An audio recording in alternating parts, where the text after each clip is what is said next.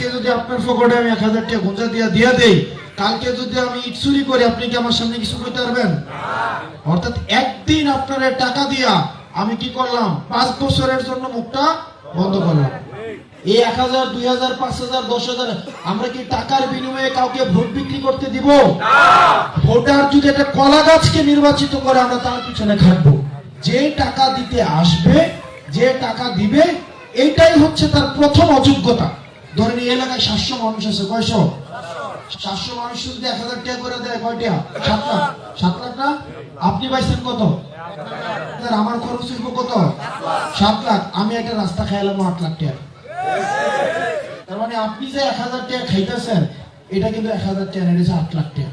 আমাদেরকে যে টাকা দিতে আসবে, এই যে টাকার রাজনীতি করবে, যে হচ্ছে গুন্ডার রাজনীতি করবে, যে সন্ত্রাসের রাজনীতি করবে, আমরা তাকে আবার রেড কার্ড দেখাবো। আমরা পারবো না? আমি বলবো না আপনি এনসিপি কে সমর্থন দেন, আমাকে সমর্থন দেন। যে আপনার কাছে মনে হবে যোগ্য, যে পান খায় নাই, সন্ধ্যায় কি তার জিহ্বা পূর্ব কোনোদিন? ধরেন যে এলাকায় কোনোদিন ছিলই না, যে এলাকার রাস্তা দিয়ে হাঁটেই নাই, যে এলাকার স্কুল কলেজে পড়েই নাই, যে এলাকার হসপিটালে চিকিৎসা নেয় নাই, যে এলাকার বাজারে বাজার করে নাই, সে কিভাবে বুঝবে যে বাজারের কি কষ্ট, রাস্তাঘাটের কি কষ্ট, স্কুল কলেজের কি কষ্ট? এটা কি কোনোভাবে বুঝার উপায় আছে? এই কারণে আপনার বুঝতে হবে যে কারা হচ্ছে এই ভূমির সন্তান। আর যদি না চিনে, শুধুমাত্র মার্কাটা দেখে আর হচ্ছে কি নাম দেখে ভোটটা দিয়ে দেন, 5 বছরের জন্য আপনি বঞ্চিত হবেন। এবং এই কষ্টটা যখন পাবেন, এটা কষ্টটা সবাই পাইতেছে না? 5 বছর কষ্ট করতে চাই, আমরা কি গোলাম হবো না মালিক হবো?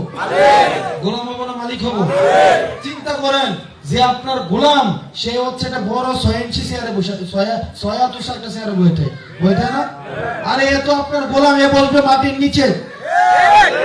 ভাই আমরা টাকা পয়সা দিতে পারবো না, আমাদের টাকা পয়সা নাই। আমাদের ছাত্রদের দল, আপনারা দেখছেন আমরা মিডিয়ার এগেইনস্টে কথা বলছি কিনা, সংস্কারের পক্ষে কথা বলছি কিনা, আমরা আর্মির যে অংশটা যারা আইনগর বানাইছে তাদের বিপক্ষে কথা বলছি কিনা, আমরা কারো বিপক্ষে কথা বলতে আমরা কি করি নাই, ছাড়ি নাই। কারণ কি নাই, আমরা কারো কাছে বান্দা নাই। আপনারা কি জানেন কয়দিন আগে দেবিদ্যার একটা বাজেট আসছে 338 কোটি টাকা? সারা দেশের মানুষ এটা নিয়ে অনেক সমালোচনা করছে। এটার জন্য বাকি 493টা উপজেলার মানুষ গালাগালি করছে, একদম মানে পয়সা গালাগালি করছে। এখন 493টা উপজেলার মানুষের কাছে আমরা দুঃখ প্রকাশ করি। গতকাল একটা ইউনু কথা কইছে আমারে, উনি নতুন আসছে, যে ভাই বিভিন্ন জায়গায় শুনছি দেবিদ্যার আপনার উপজেলা বা বিভিন্ন পেপার পত্রিকায় দেখি, টিভিতে দেখি, আমি ভাবছিলাম দেবিদ্যার অনেক উন্নত। তবে দেবিদ্যার টপ 10 এর একটা উপজেলা, তবে নিচের দিক থেকে